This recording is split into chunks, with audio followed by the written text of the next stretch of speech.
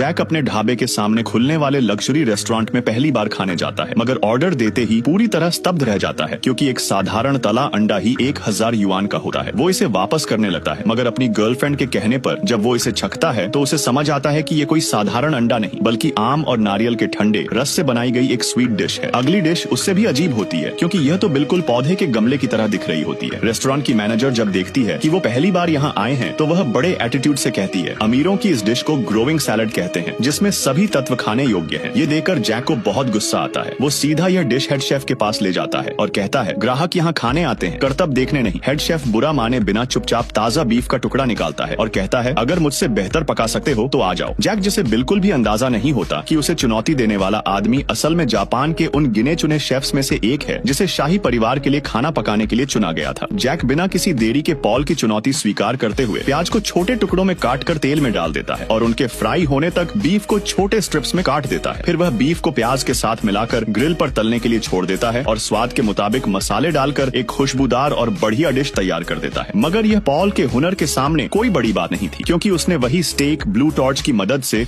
न सिर्फ आधे समय में पका लिया था बल्कि जायके के लिए एक अनोखी लकड़ी के धुएं से उसे स्मोक भी कर दिया था। जैक पॉल का बनाया हुआ स्टेक सूंघते ही उसकी कला पहचान जाता है और बिना कुछ बोले चुपचाप वहाँ से चला जाता है। इधर पॉल जब जिज्ञासा से जैक का पकाया हुआ स्टेक छकता है तो पूरी तरह स्तब्ध रह जाता है क्योंकि उसका पारंपरिक तरीके से पकाया हुआ मुलायम स्टेक भी जायके से पूरी तरह भरपूर था। कुछ दिन गुजरने के बाद मामूली जैक फिर से पॉल को खाना पकाने की चुनौती देने पहुंच जाता है।